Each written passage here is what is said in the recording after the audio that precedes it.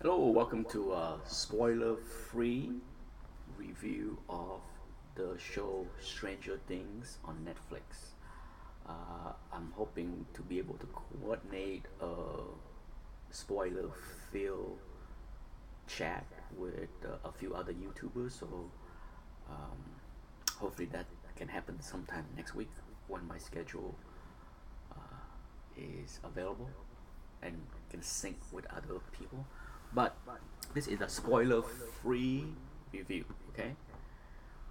Um, I do not have a problem with movies that swipe or borrow or copy or remake of an older movies. It's not a big deal for me. I don't want to be a hypocrite and talk about how I hate remakes and all that, and then say one of my favorite horror movie of all time is The Thing, the John Carpenter movie, which was a remake of a much older movie. So I have never had a problem um, with um, you know watching a show or TV that is a remake, as long as it is good. Ultimately, it's about a good show. A good show can pull me in, and even though as I watch the show, I definitely can see things that remind me of other movies or other shows. I can definitely see where the inspiration came from, and Stranger Things is one of those shows where I did not know anything about Stranger Things. I heard nothing about Stranger Things until a few people. There were some people on YouTube that mentioned the show during one of my previous live chats, and then some other friends on Facebook mentioned that I should watch it. But that's it. I did not know anything. So going into the show, I knew nothing about the show. After I watched the show, I read up on the Duff brothers and the inspiration for the show, and that's where I read that it was a homage to the 80s Steven Spielberg stuff, and no doubt. So I'm glad that uh, I'm not silly and not recognize those little things in the show. Um, Stranger Things, um, you know, let's get this out of the way. I love the show. Is it perfect? No. It's a lot. When it comes down to science fiction, it it is very hard to make a science fiction show or movie without plot holes. Okay, and I understand that.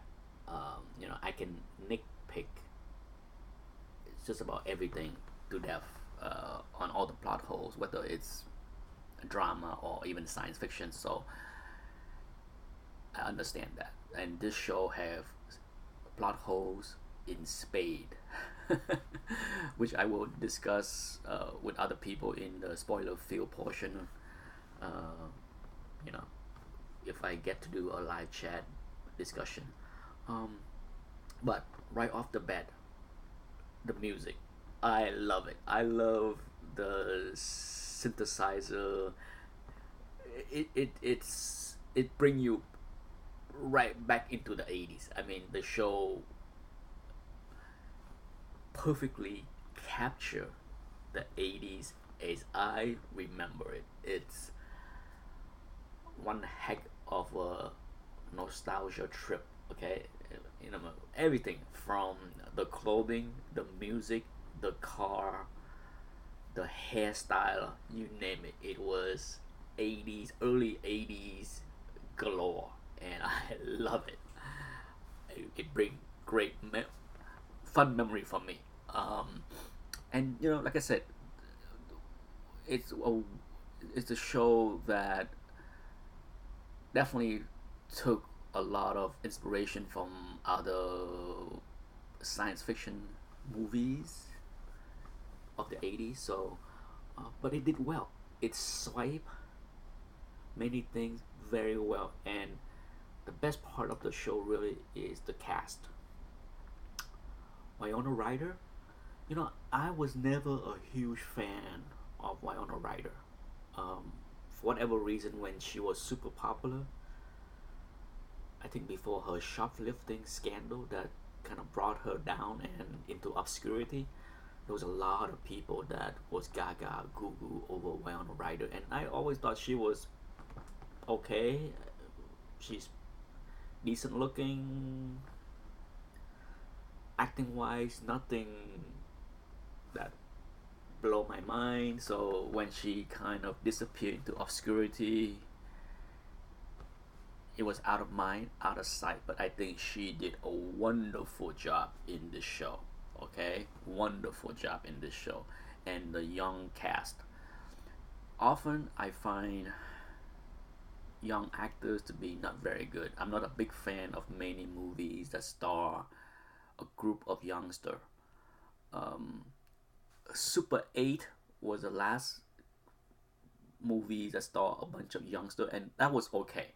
I didn't have a problem with that cast. I have a problem with the movie, but the cast and the acting of those young actors was not one of the problem, in my opinion. But going back to the 80s, even like classic like The Goonies, uh, I I have a hard time watching that movie today because I find that many of the young actors just didn't do a very good job compared to say a classic like Stand by Me. Stand by Me to me had a wonderful young cast, and to me, Strange Things have that magic between the young cast. There's something about the young cast there, that bond, that the relationship between them that work, that remind me of the movie Stand By Me as far as that young cast. So overall, a wonderful show. I hate to throw a rating out there. Is this the best thing on Netflix ever? No, but it was well worth watching. It's only 8 episodes, so it's not the typical 10 or 13 episode like other Netflix show. It's only 8. But overall, I give the show a big thumbs up. I would give it a 9 out of 10 if I have to rate it, because it is fun. Ultimately, the show is a lot of fun to watch. Okay, the minus one is for many of the plot holes that I encounter on just about every episode. Understandably, the show would have been a lot longer, many more episodes if they didn't skip over many things. Uh, who knows? Maybe it's budgeting. For sure. Netflix cannot spend a whole lot of money throwing at these shows, so there's a limitation to how much they can spend. For those who understand TV show and movie making, every scenes costs money. Okay, so if they had to cut out a lot of things to jump to the next point to get the show finished, they have to do what they have to do. So who knows why there are so many plot holes? Perhaps budget reason, as well as a constraint that they only have money to do 8 episodes. They need to get to the end, and it was fulfilling. Okay, so I had a lot of fun. I cannot recommend this highly enough, and that's my spoiler-free review of Stranger Things. Thanks for watching. Bye.